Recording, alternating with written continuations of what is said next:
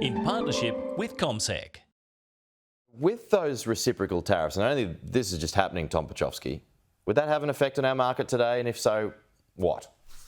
It's a fluid landscape, Pete. I think the bottom line here is that there was a sense that these tariffs would be applied imminently. And from the market's vantage point, the fact that you've got a horizon out to the beginning of April creates some breathing space and indeed some latitude when it comes to negotiation, and that's the signal that the markets are taking, that this is a device that could potentially create some outcomes that will be negotiated rather than being prescriptive, as had been thought from time to time. So it's always a challenge to get your arms around the detail when it comes to this type of fluid conversation.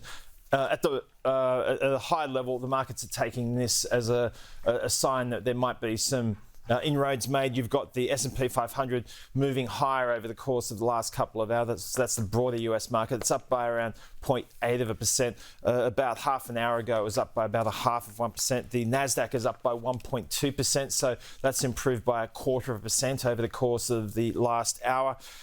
We've also seen a move lower as far as interest rates are concerned. There were some inflation numbers at the producer level earlier on in the day. They're a mixed bag, but in the under the bonnet, the figures that the US Central Bank looks at were a little more encouraging. So the interest rates fell, having risen by a decent amount yesterday. We've seen US mining stocks do quite well, so that's a positive as far as the local market's concerned. We're actually anticipating a decent start to trade this morning with a gain of around 0.9% seen at this stage, Pete. I like that. Tom Piotrowski, thank you. Well,